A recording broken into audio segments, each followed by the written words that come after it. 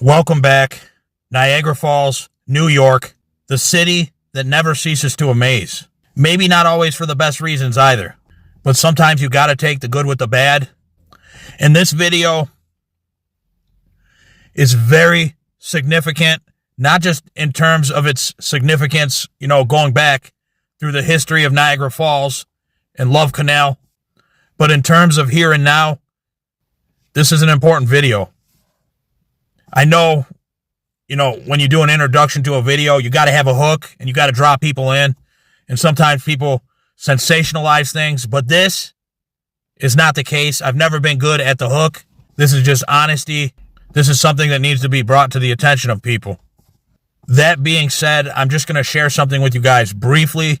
At the beginning, you're going to say, what's the point? But I'm going to make the connection throughout the video. So bear with me. Many years ago, when my grandmother was still alive, we were having a conversation.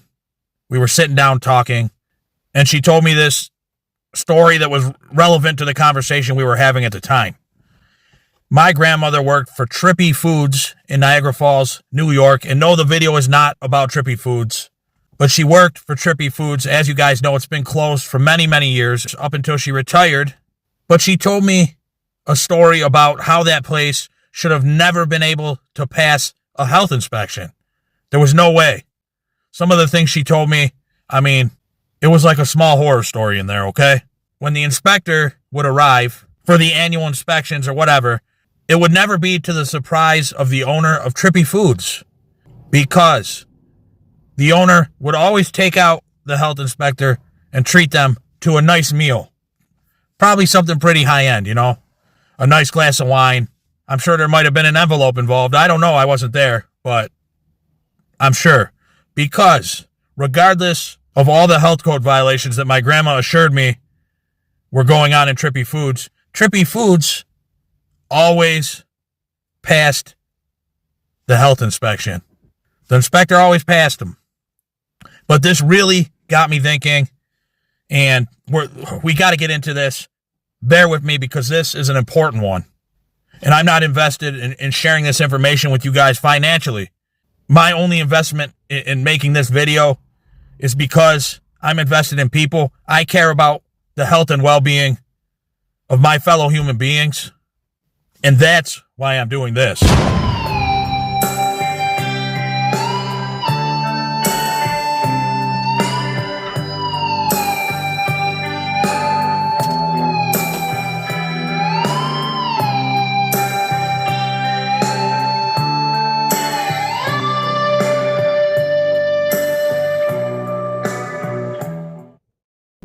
It's my contention that the Love Canal landfill is no longer effectively containing the chemicals buried there.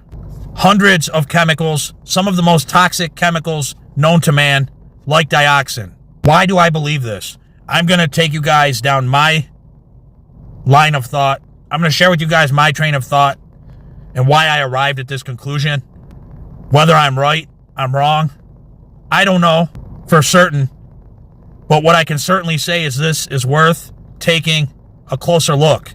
So for this video, we're going across the LaSalle Expressway to Griffin Park in the 102nd Street Chemical Landfill, which was actually once part of Love Canal. But the Love Canal Landfill and the 102nd Street Chemical Landfill are separated only by 100 or so feet.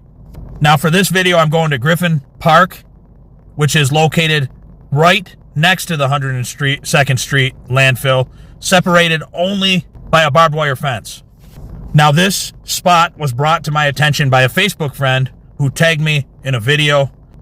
This person seen water seeping up through the ground right along the boat dock in Griffin Park. Griffin Park is also the home of a playground where children play. Again, the boat dock, it's right along the Niagara River, and across this little narrow split in the river is Cayuga Island. Many people live there. So this is at the very least a cause for concern. There's many people in the surrounding area. Now the video that I seen showed pooling water with discoloration, and considering the area, I thought it was worth checking out for myself.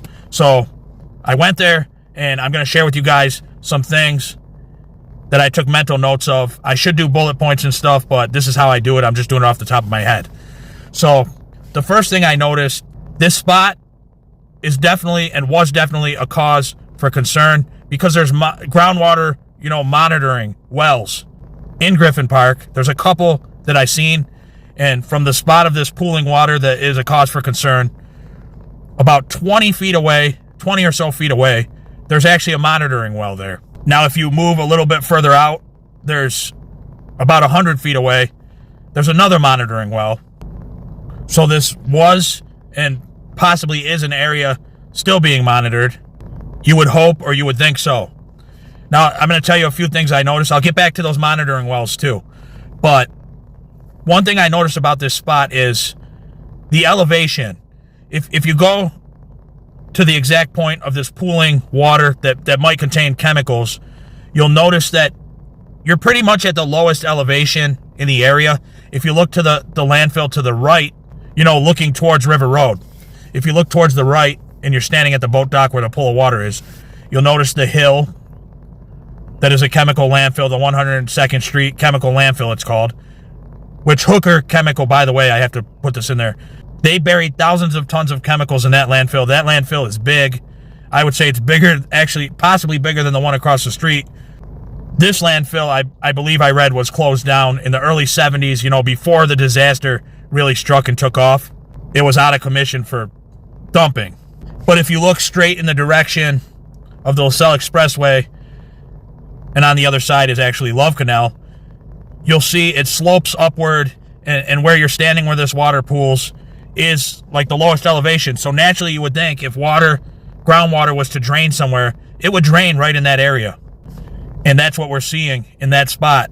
And this specific spot, I guess, was a cause for concern years ago in the past. Before I get to the pool, and that's the pool of water, which is the most important part, what I did notice is one of those monitoring wells, the one that's about 100 feet away, I question if that well is even being tested or, looked at on a regular basis, because it's surrounded by 4 or 5 feet at least of foliage and overgrowth, and it doesn't look like anyone trailed back there, and they would have to walk through it to take a measurement in that well. So at least this summer, I would have my doubts that well has been checked or any kind of readings have been taken from that specific well, which is about 100 feet away. But again, if wells were placed there, this spot was on the radar of the EPA or DEC. I seen a video from about 3 weeks ago where you could see the water actually spouting out of the ground at that point, and then it pools in that spot right next to the dock.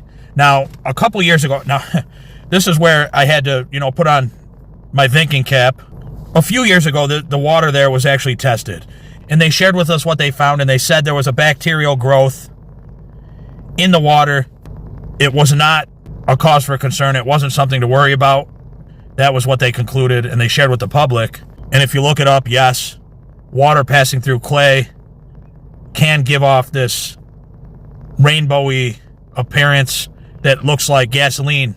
But I went to the spot. I'll tell you guys something that I noticed that I think is a major red flag. There's a filmy substance that's in this pool of water, and at the points where it touches the metal that's along the edge of the boat dock, like the metal trimming, it's actually bubbling. It's bubbling. Now, I looked at the other side of the boat docks on the other end where the same metal trimming is. Now, there's a big difference. Now, you have to imagine on both sides, water can accumulate. But the metal trimming on the other side of the boat dock is not nearly as rusted. It's not nearly as corroded. Not even close. But where this puddle, this possibly contaminated puddle, sits, the metal is extremely rusted and extremely corroded. And that just set off alarm bells in my mind. Why?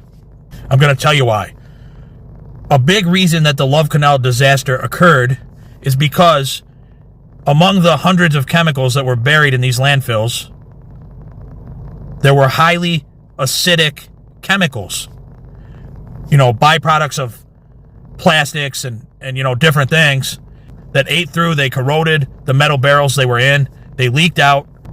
When water tables rose, the chemicals leaked out. The leachate mixed with the groundwater, and we had, contaminated water full of these chemicals. But my point is, these highly corrosive, acidic chemicals, all them years ago, they corroded holes in those barrels meant to contain them. So why would it not be plausible that these chemicals, if they've been pooling for the last couple years alongside of this dock and touching this metal trimming, why would it not be, plausible that they could be having the same effect on that metal, causing corrosion? And, the chemical reaction, the bubbling where this film is touching the metal, is something that would verify that, at least in my mind, because I'm seeing a chemical reaction occur. Now, another thing, when I read up on these chemicals, yes, a lot of the chemicals that leaked out during the time of the Love Canal disaster, they were tar-like substances, black in color, but some of the acidic chemicals that leaked out were reported as having a gasoline appearance on water, the same rainbow appearance. Now, I realize you can test that and see, if it's gasoline or if it's actually this bacterial substance by throwing a rock and watching how this substance behaves on the surface. But that only differentiates between the bacterial and gasoline. I don't know how it would behave if it was one of the chemicals. There's also a green, slimy substance in this puddle, and it doesn't look like algae to me. A green mucus forming in this puddle. That's the best way I can describe it. Guys, there's been other landfills documented where the slurry walls that separated the leachate from the groundwater failed. I'll put a few up on the screen, but this has happened before. Man-made things fail. Just like sometimes the cement walls in your basement, they don't hold out the rainwater and you get flooding in your basement. These slurry walls can fail, and the reason I bring this up is because decades and decades, we could start to have some structural failures. And again, we could see this come through the ground as seepage. And in a spot like that, guys, where's that puddle going to end up when it overflows? It's going to fall right over the edge of the dock into the river. And you can bet, if it's seeping out of the ground, if it's possibly chemicals, if it's seeping out of the ground in one spot, it could be seeping out of the ground in another spot. There's nothing wild about speculating if there could be a failure in the slurry wall around the 102nd Street landfill in Niagara Falls or the Love Canal landfill. Now, one more point, why I brought up that story about my grandmother and about the health inspector in the beginning. I kind of, Occidental Chemical, they monitor the area. Occidental Chemical, they were Hooker Chemical. Hooker Chemical, they acquired Hooker Chemical, I believe. So now Occidental oversees the monitoring of Love Canal, of that area, of those wells.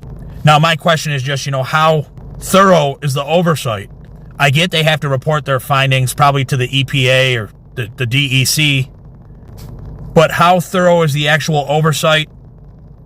When there is oversight or involved or some kind of audit, are they actually physically present when the measurements are taken, or are they just looking at the numbers that have already been reported?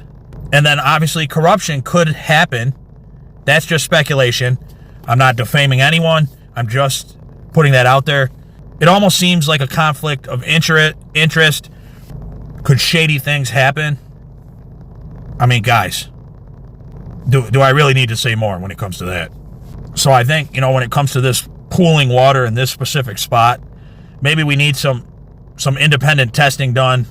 I think a further look at the Love Canal area just is a necessity. Since I put the Love Canal videos out, I've had a lot of people reach out to me.